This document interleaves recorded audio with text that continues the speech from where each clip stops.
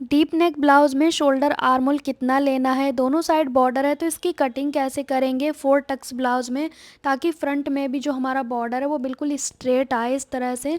तो इसकी बहुत ही आसान कटिंग करना सिखाऊंगी, बाजू को अटैच करना सिखाऊंगी। फ्रंट और बैक दोनों ही डीप नेक में है ये ब्लाउज, तो देख सकते हो आप। इसको हम कैसे एडजस्ट करेंगे, ऊपर से इसकी लंबाई बहुत ज़्यादा है।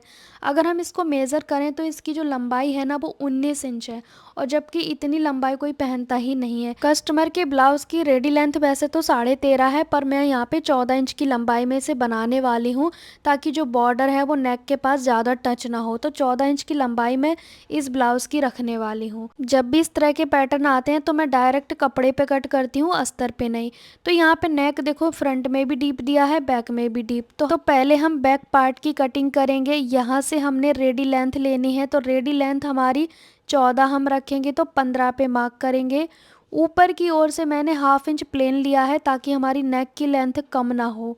ठीक है, इस तरह से हमने निशान लगा लिया हाफ इंच प्लेन पे ऊपर। अब हमने रेडी लेंथ वही 14 है तो 15 रखेंगे। ठीक है, इस तरह से हम रेडी लेंथ का मार्क करेंगे। गाइज मैं यहाँ पे पहले बैक पार्ट की ड्राफ्टिंग कर रही हूँ। अब हम यहाँ पे क्या करेंगे, बॉर्डर तो बहुत नीचे जा रहा है तो हम इसे बॉर्डर को अलग से लगाएंगे। फिलहाल मैंने रेडी लेंथ में 1 इंच प्लस करके कट कर दिया है। इस तरह के पैटर्न में एक समस्या आती है कि जब हम टवल फोल्ड कर रहे हैं तो मार्जिन भी हमारा एक पार्ट में नहीं बच रहा है, क्योंकि तुरंत ही दूसरा पार्ट शुरू हो जा रहा है, और ये प्रिंट जो है वो छपा हुआ है जरी का, हम हटा भी नहीं सकते। तो फिलहाल मैंने सेंटर से फोल्ड कर लिया है, और मार्जिन हम अलग से जोड़ेंगे कपड़ा, क्योंकि साइड से कम पड़ रहा है, क्योंकि दूसरा पार्ट भी साथ में दे रखा है। यहाँ पे 6 इंच पे मैंने शोल्डर लिया है, तो 6 इंच पे शोल्डर लेके फिर आर्म होल भी हमने 6 इंच पे ही लिया है। चेस्ट साइज 37 रहेगा।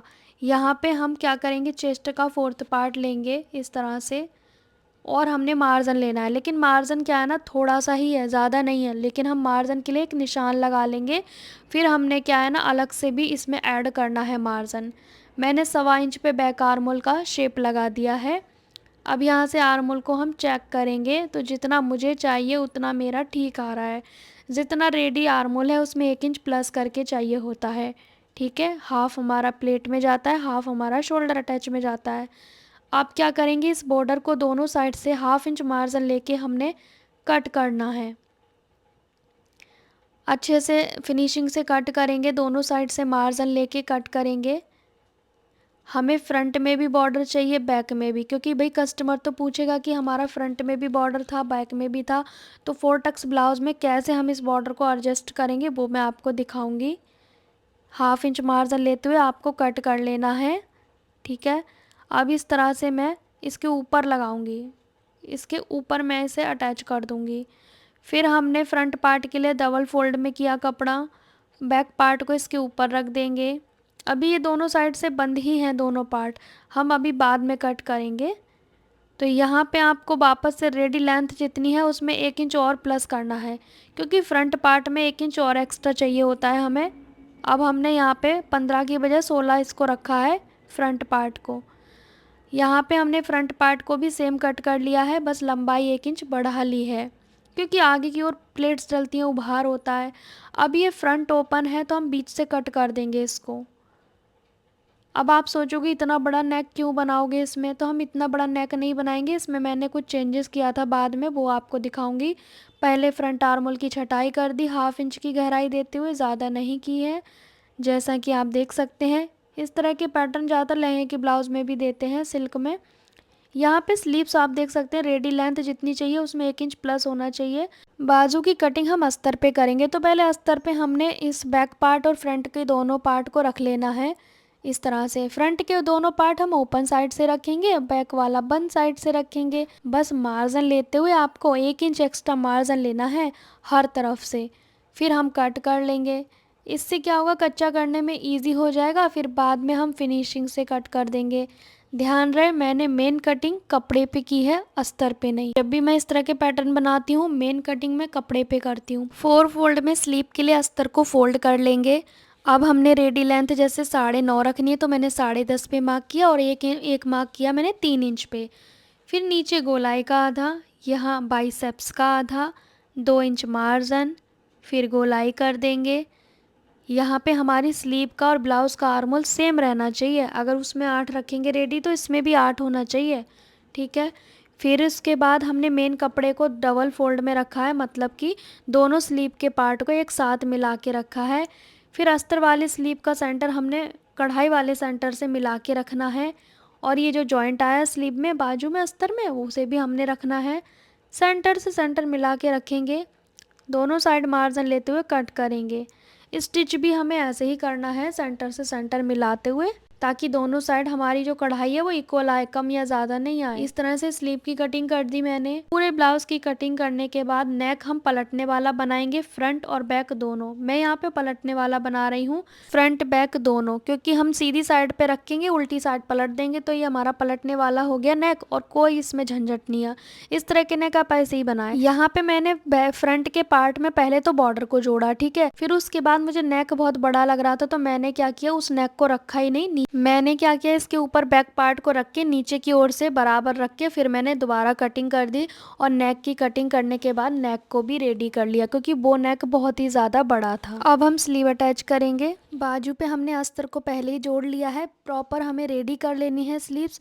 फिर उसके बाद हमने यहाँ पे बाइसेप्स लेना होता है, जैसे कि मैं कटिंग में लेती हूँ उसी निशान को दोबारा से लगाएंगे।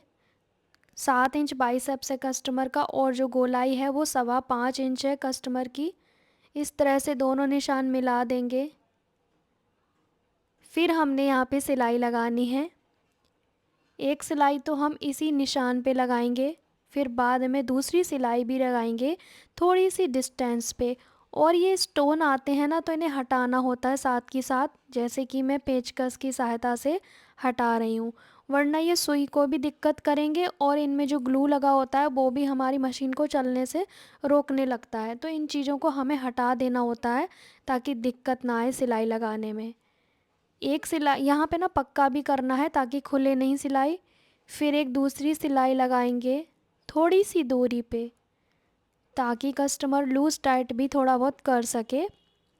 इस तरह से अब जो एक्स्ट्रा मार्जिन आपको लग रहा है कि भी बहुत ज़्यादा है तो उसे एक शेप में कट कर दें, एक अच्छी सी शेप में, ठीक है। ज़्यादा कम में भी नहीं करना है ना ज़्यादा करना है।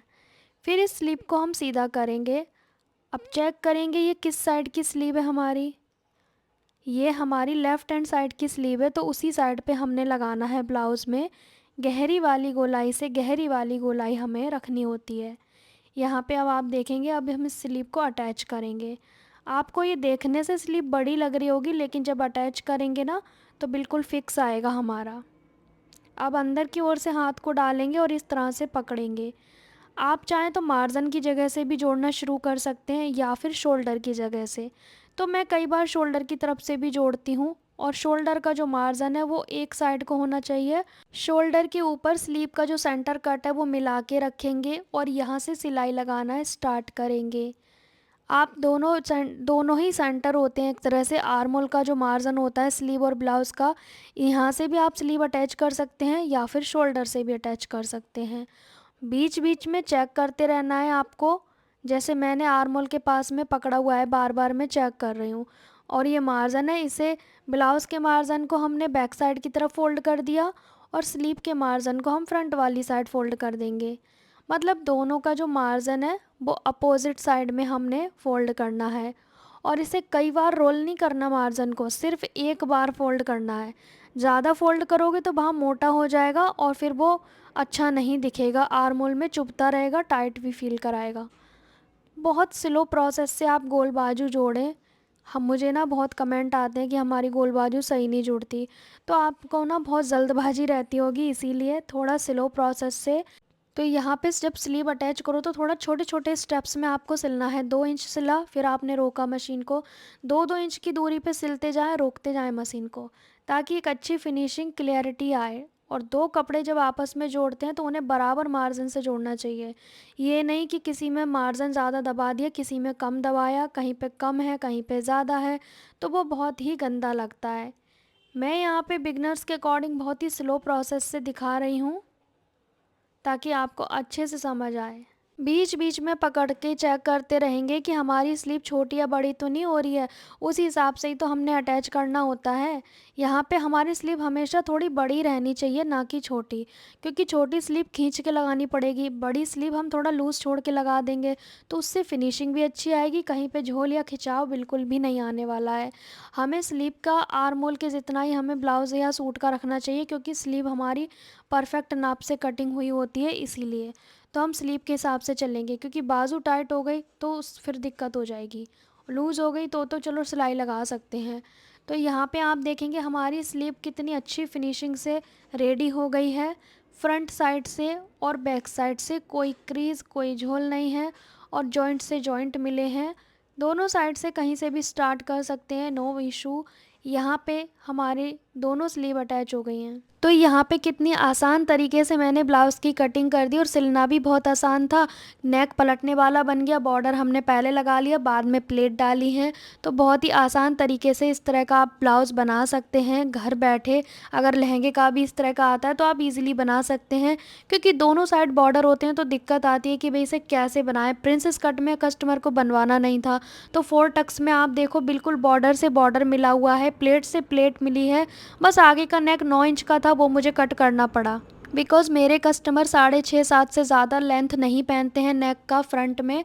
तो इसीलिए मुझे ये 4 टक्स में ही बनाना पड़ा। और बॉर्डर आप देख सकते हैं कहीं से ऊंचा नीचा नहीं है, कम कपड़े में इतना अच्छे से ब्लाउज़ बन गया है। एक चीज़ और बता दूं मैं, कि जब भी हम बाजू जोड़ते हैं कमेंट आते हैं कि हम सीधी बाजू जोड़ें या गोल जोड़ें, कौन सा सही तरीका है।